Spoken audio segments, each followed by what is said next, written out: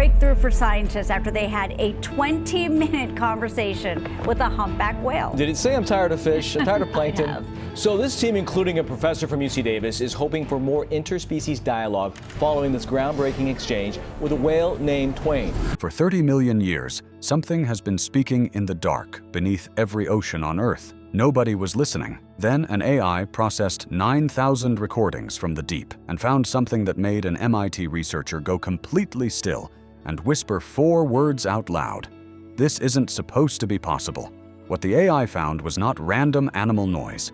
It was a full phonetic alphabet with vowels structurally identical to human speech, a complete language. Scientists have now decoded the first message. But here is the shocking part. These whales have been trying desperately to reach us, warning us, talking about us. And what they have been saying is something the researchers who finally heard it were completely unprepared for. The day a whale talked back off the coast of Alaska. In 2023, a small research boat sat quietly on the water. The scientists on board were about to attempt something that had never been done before in the history of human science. They lowered an underwater speaker into the ocean and played a sound into the deep. The sound was a humpback whale contact call, which is the specific signal humpback whales use to announce their presence to each other. It is the closest thing in whale language to a spoken hello. The recording they used had been captured just the day before from a small group of whales in the area, a group that included a 38-year-old female named Twain. They may have been playing Twain's own voice back to her. Then they waited. And what happened next completely shocked them. Suddenly, Twain surfaced. She moved toward the boat and circled it slowly. Then she opened her mouth and sang back. Real humpback whale vocalizations directed straight at the boat, in direct response to the call the scientists had just played. And she did not stop at one reply and swim away. Every time the scientists played the contact call through the speaker, Twain answered back with her own sounds. "The scientists played," Twain replied. "The scientists played again," Twain replied again. This went on for 20 full minutes, a wild whale out in the open ocean, holding a back-and-forth vocal exchange with a group of humans on a boat. Lead scientist Dr. Brenda McCowan from UC Davis said afterward, "We believe this is the first communicative exchange between humans and humpback whales in the humpback language." But what truly shook the scientists was not just that she was making sounds back, it was the timing of those sounds. Between each call the scientists played, there was a natural pause, the specific gap a humpback whale leaves mid-conversation before the other whale is supposed to reply. Twain waited for that pause every single time and filled it with her response. Exactly the way a person waits for the other speaker to finish before they answer. She was not randomly vocalizing. She knew when it was her turn to speak. The question in the hallway. This near-impossible moment did not come from nowhere.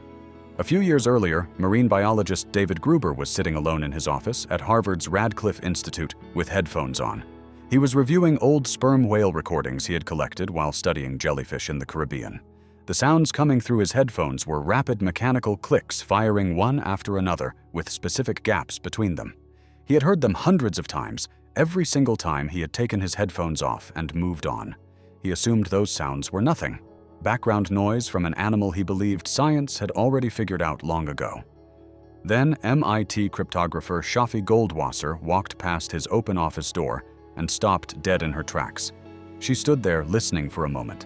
Then she looked at Gruber and said, "That sounds like Morse code. Have you tried using machine learning to decode it?" Morse code is a communication system where specific combinations of short and long signals represent different letters and words. It was used for decades to send secret military messages across the world, and cracking it requires a trained expert who knows exactly what to look for. Goldwasser was that expert. She had spent her entire career breaking actual encrypted government communications, the kind that countries use to hide their most sensitive secrets from each other. When she heard those whale clicks, something in her professional instincts fired immediately. She was telling Gruber that what was coming through his headphones had the same hidden structure as a coded message. Gruber sat there for a moment, because she was right. Nobody had. In all the decades of whale research across every laboratory and every ocean study ever conducted, Nobody had ever run those sounds through a decoder. The clicks had just been sitting there this whole time, completely ignored, waiting for someone who knew what a hidden code looked like to walk past an open door. And now science was about to study these codes. The whales that went silent. But before any machine was even built, before any AI had processed a single recording, the ocean had already sent researchers a warning that should have made everyone stop and think very carefully about what they were actually dealing with. Researcher Oscar Palacios and his team were in the Galapagos Islands running an acoustic tracking study on a pod of 25 sperm whales. Acoustic tracking simply means they had underwater microphones in the water recording everything the whales said and did. The study was going well. 2 weeks in, they had solid data and the whales were vocalizing normally. Then, one day, it all stopped. Not gradually, not one whale going quiet and then another. All 25 whales went completely silent at the exact same moment. Then they were gone. The researchers searched. Nothing.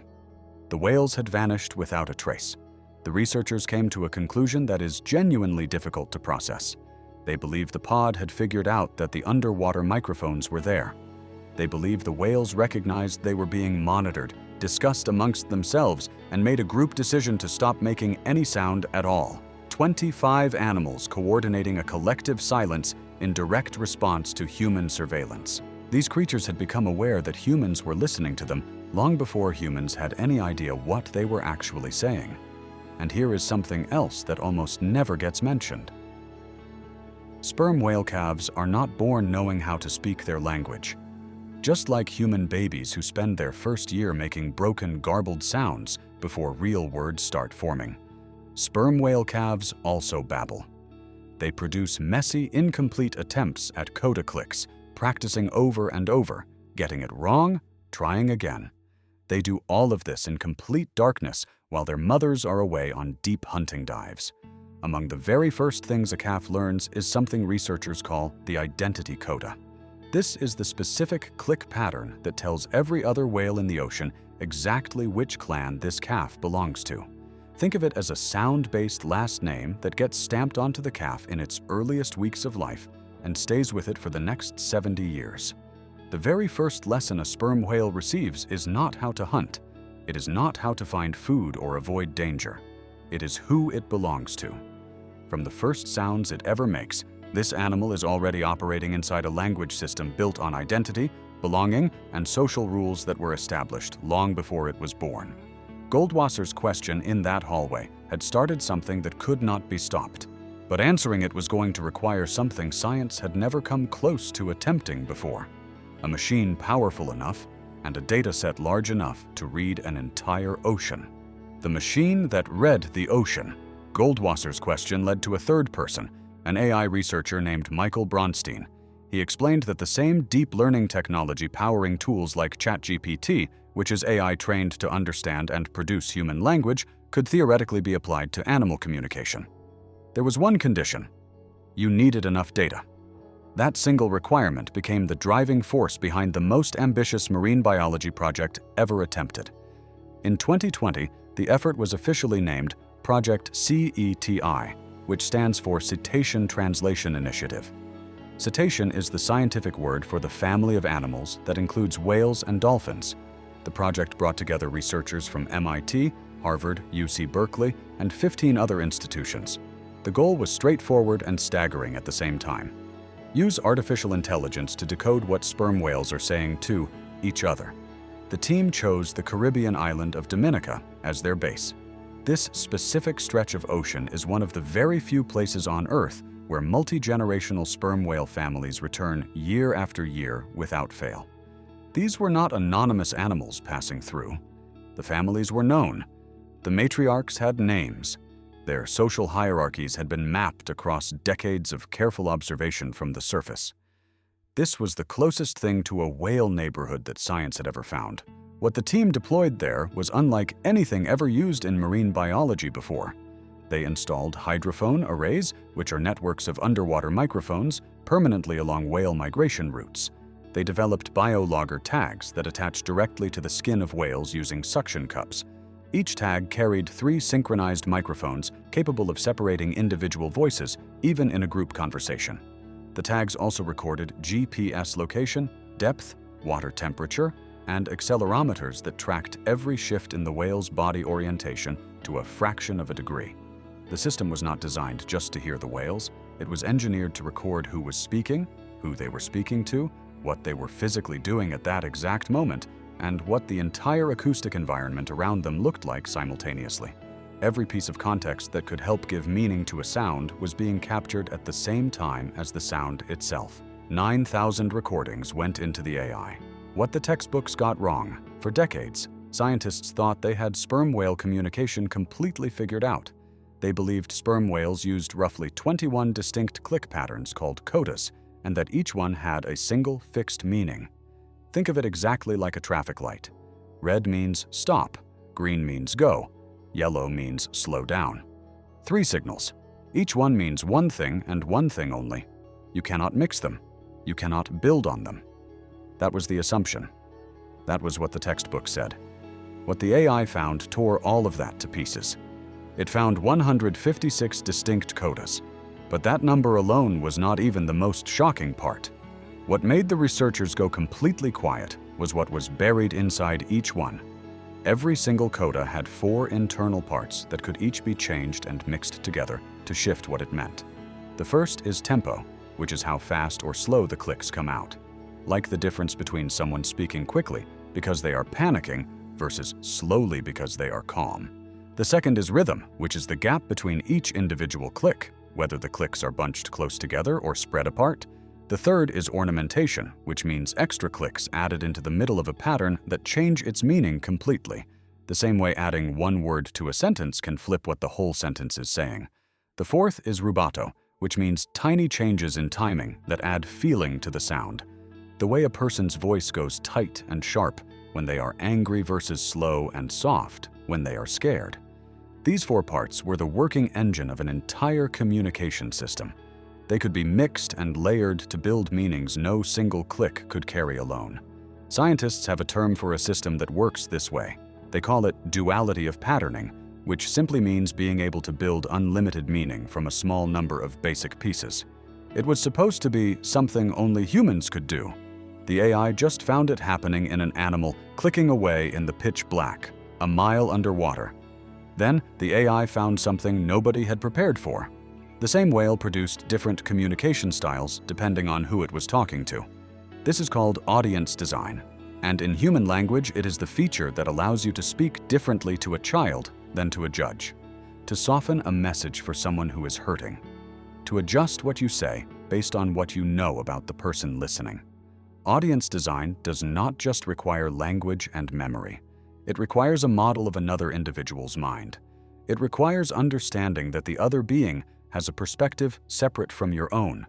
The AI had found what appears to be theory of mind, the ability to understand that other beings think and feel independently, embedded inside click sequences in an animal we had been treating as producing noise. The warning that traveled the ocean. The most chilling proof that sperm whale communication works across massive distances came from old handwritten journals belonging to American whalers in the 1800s. When whalers first arrived in new hunting grounds in the Pacific, things went well for them. They found whales. They threw their harpoons, which is a large metal spear attached to a long rope that whalers would drive into a whale's body to kill it and drag it back to the ship. In the early years, their hunters were landing those throws consistently and killing whales at a steady rate. Then something changed. Within just 2.5 years of their arrival, the number of successful kills dropped by 58%. The whales had not moved to a different ocean. They simply started getting away consistently.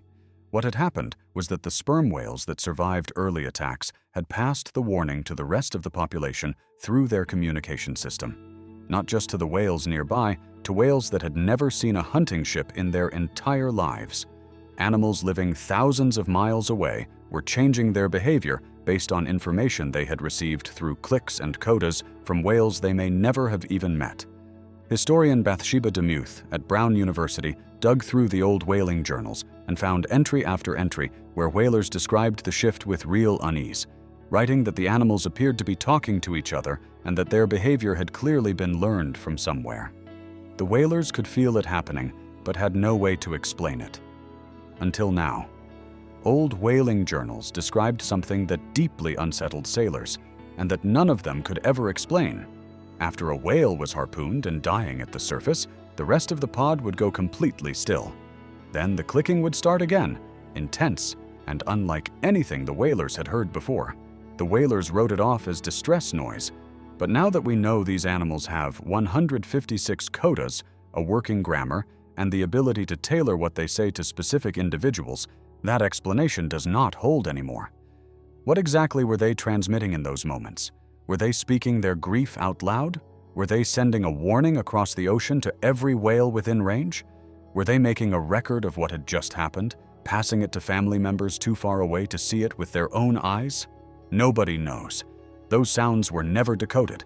They were just heard by frightened men on wooden ships who wrote them down and moved on.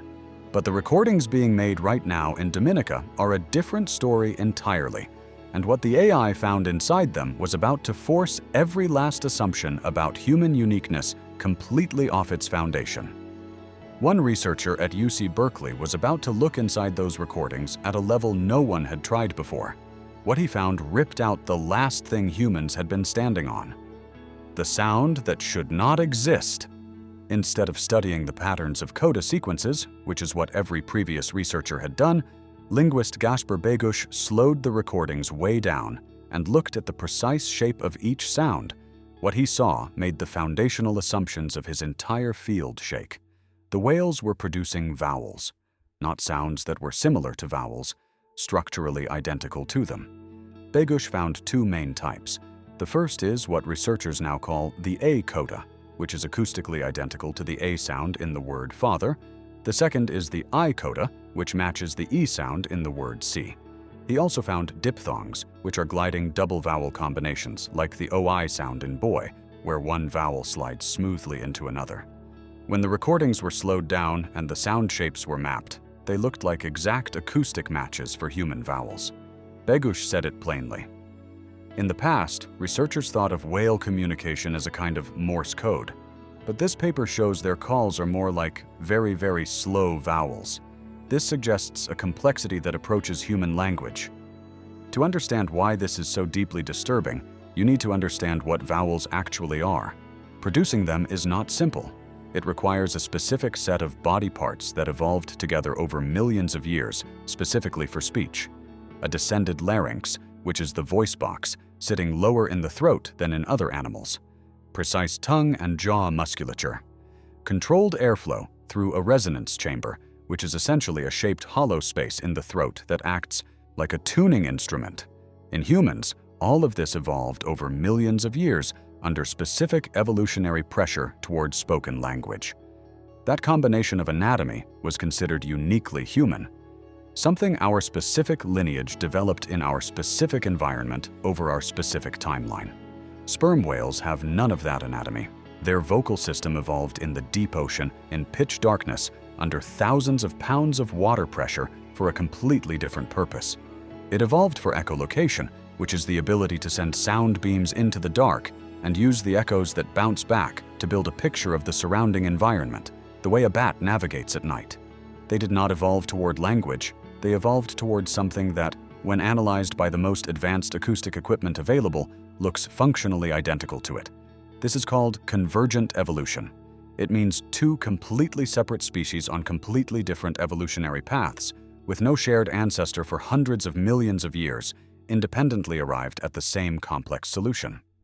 Dr. Daniela Rus from MIT described the findings to reporters by saying, "Our results show there is much more complexity here than previously believed. This is challenging the current state-of-the-art of beliefs about the animal world."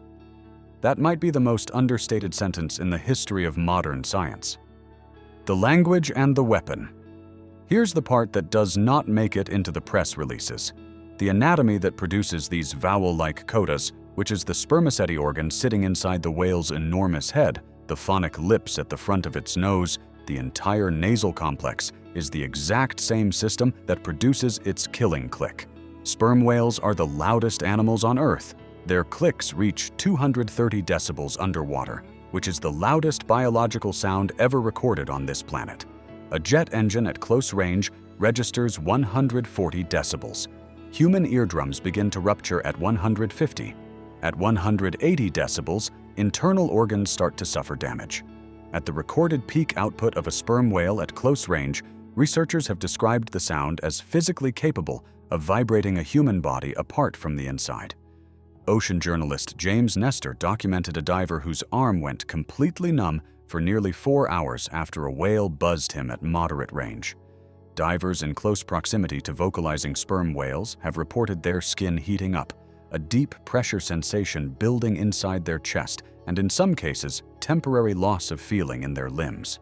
The organ that produces those gentle, structured vowel-like codas is the exact same organ that can silently destroy a human body without the whale ever making physical contact.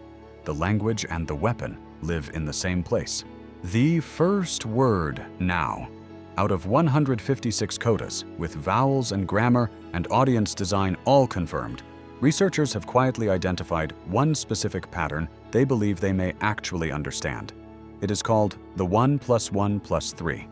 2 isolated clicks, a brief pause, and then 3 faster clicks.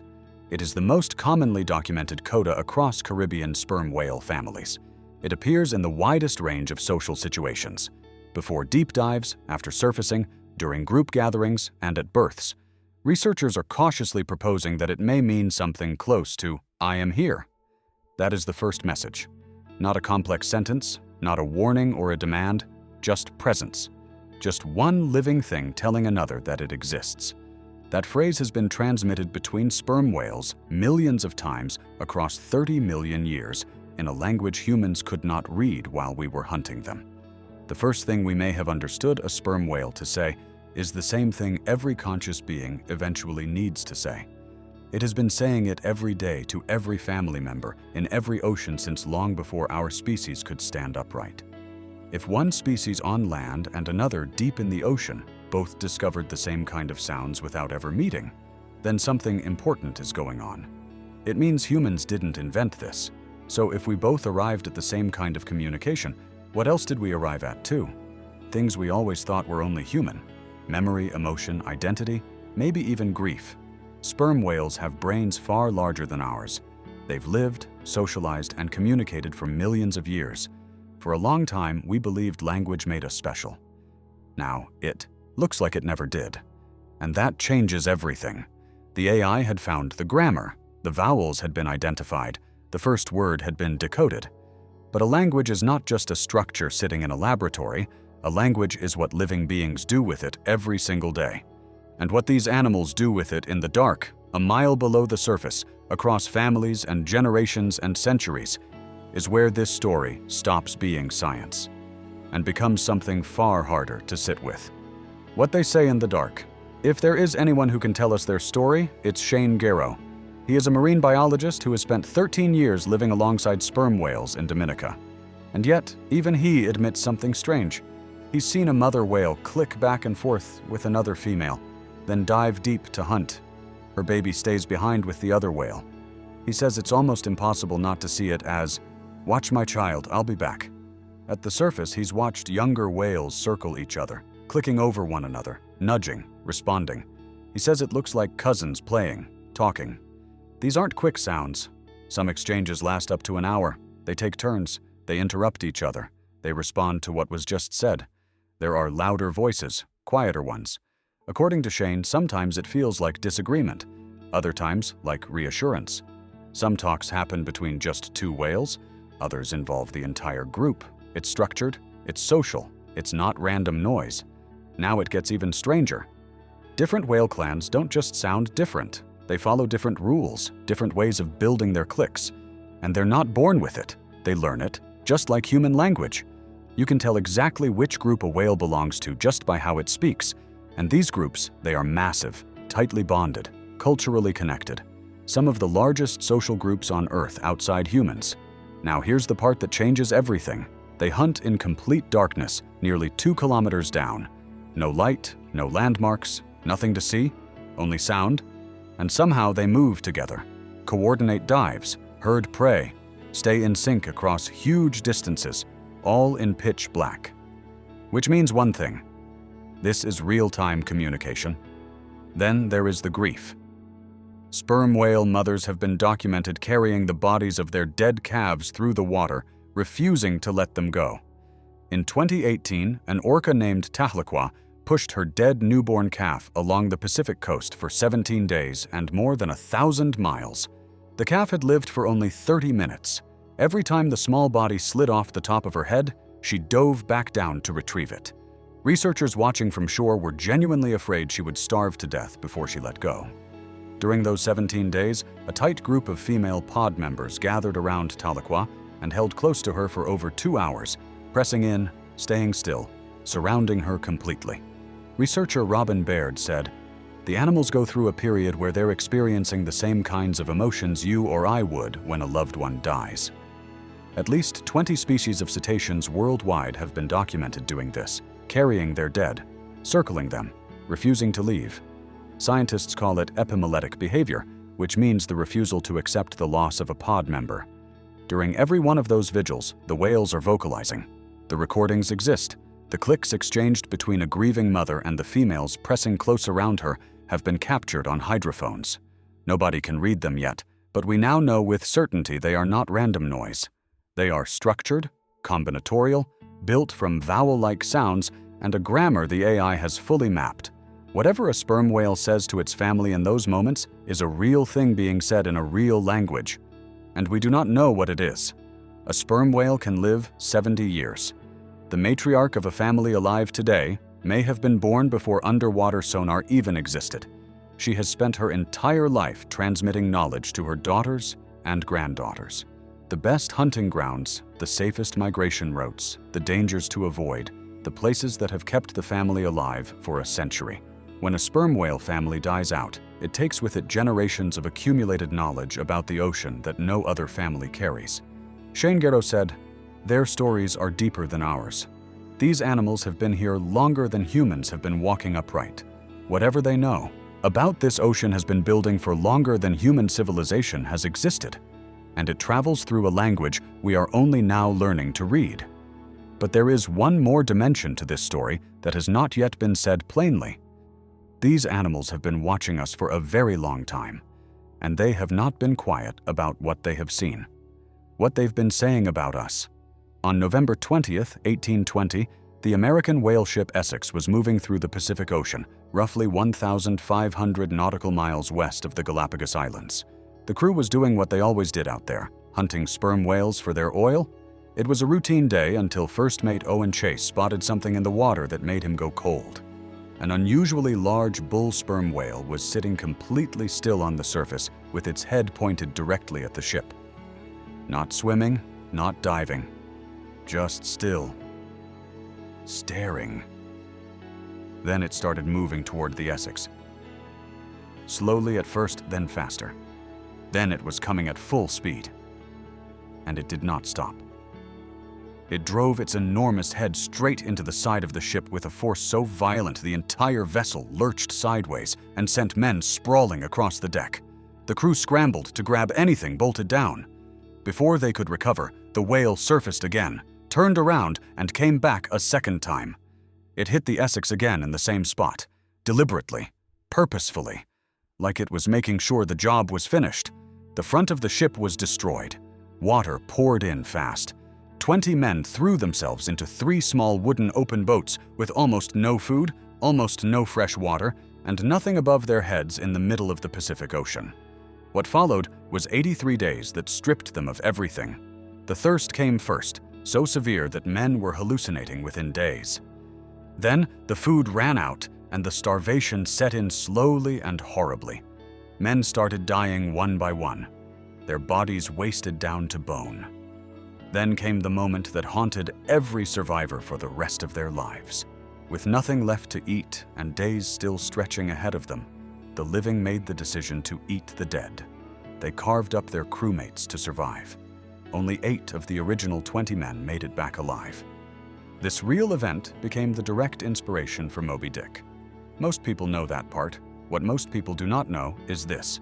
Researchers later noted that right before the attack, the crew had been doing repair work on a damaged whaleboat, hammering wood and metal in rapid strikes against the hull.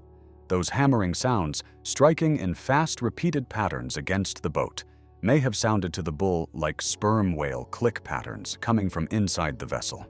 If that theory is correct, the whale did not attack a ship out of rage or confusion. It attacked something it believed was making whale sounds. It heard what it thought was a signal, and it responded. The first time a sperm whale destroyed a human vessel and drove 20 men into the open ocean to die, it may have done so because it thought it was answering a call. The Essex was not the last. The whale ship Anne Alexander was rammed and sunk by a sperm whale in 1851. The whale ship Kathleen was rammed and sunk in 1902. Whalers' logbooks from the 18th and 19th centuries are full of accounts of sperm whales crushing small hunting boats with their heads and jaws after being harpooned. Not fleeing, not diving, but turning back and fighting. These were not panicked animals thrashing randomly. These were coordinated responses from animals with the largest brains on Earth. Long memories and a communication system capable of transmitting survival intelligence across entire ocean populations. That communication network was already proven. Within 2.5 years of whalers arriving in new Pacific hunting grounds in the 1800s, the successful harpoon strike rate dropped 58%. Whales that had survived attacks transmitted the danger through their language to animals that had never seen a whaling ship. The warning traveled across thousands of miles of open ocean and changed the behavior of an entire population. These animals have been aware of human listening, human hunting, and human presence for centuries. And they have been talking about it the whole time. In 2020, something new began off the Iberian coast of Spain and Portugal. Orcas, which are killer whales and the largest members of the dolphin family, began targeting sailing vessels. They targeted rudders. They, specifically, biting them, bending them, snapping them off. Without a rudder, a boat cannot steer. By 2024, there were at least 500 documented incidents and 3 confirmed capsized vessels. Marine biologists trace the behavior to a single origin point. A female orca believed to have suffered a traumatic encounter with a boat in 2020. She taught the technique to other orcas in her pod. They taught others. Within months, the behavior had spread through the wider population. Animals that had never experienced the original trauma, learning a targeted, specific anti-boat technique through social transmission through language. 30 scientists signed an open letter urging the public not to project human motivations onto the orcas. But they also wrote clearly, the orca is an intelligent, socially complex species, and each population has its own culture, different vocalizations, prey preferences, hunting techniques, and different social structures. Science cannot yet explain why they are doing this. The explanation is in a language we still cannot fully read. The silencing of a speaker. While all of this has been unfolding above the surface, something catastrophic has been happening below it. Industrial shipping fills the world's oceans with relentless engine noise. Military sonar sends shockwaves through the deep. Seismic blasting from fossil fuel operations and deep-sea mining detonates through every ocean basin continuously. For an animal that lives in a world where sound replaces sight entirely, where every family conversation, every hunt coordination, every grief vigil, every transmission of cultural knowledge across generations happens through an acoustic channel. This is not pollution in any ordinary sense. At high enough intensities, industrial underwater noise causes internal bleeding and permanent hearing loss in whales. Researchers have written it without softening it. A deaf whale is a dead whale. Chronic noise exposure disorients them, drives them away from feeding grounds, and floods their bodies with stress hormones that break them down over time. If sperm whales use language to hold their families together, to pass knowledge down through generations, to coordinate survival in the deep, then filling their acoustic world with industrial noise is the systematic destruction of a culture's ability to speak every day without pause. Legal scholars have already begun responding to the science directly. In 2024, Indigenous peoples from New Zealand and the Cook Islands signed a landmark treaty formally recognizing whales as legal persons with specific rights. Project CETI has partnered with NYU School of Law to explore what AI-assisted whale translation means for animal rights law worldwide. Gasper Begush said, We are thinking deeply about what finding these human-like structures means for the legal rights of animals. What is language? Is there anything uniquely human about language, or is it just a continuum? What does that mean for the law? Commercial whaling killed hundreds of thousands of sperm whales across the 20th century. Ship strikes killed dozens every year. If sperm whales have language, if they transmit cultural knowledge across generations, if they pass down the memory of being hunted across entire ocean populations, then every ship that struck a whale and kept moving did not just kill an animal. It silenced a speaker mid-sentence. Think about what all of this adds up to. These animals have been watching us for centuries. They watched their families get harpooned and kept talking. They watched 2/3 of their entire species get wiped out and kept talking. They watched the ocean fill with noise that tore their world apart and kept talking. If their language can carry warnings and memories and grief across thousands of miles and hundreds of years, then what they have been saying about us has been building for a very long time, and it has not been gentle. The first thing researchers decoded was, "I am here." But the message these animals have been sending about the species that hunted them to the edge of extinction is something we have not yet found the courage to fully translate because some part of us already suspects what it says, that we are the most dangerous thing in the ocean, and they have known it far longer than we have. The first message was not sent when we started listening. It was sent 30 million years ago. We just built the machine to finally hear it. And we are only now, right now, beginning to understand what it says.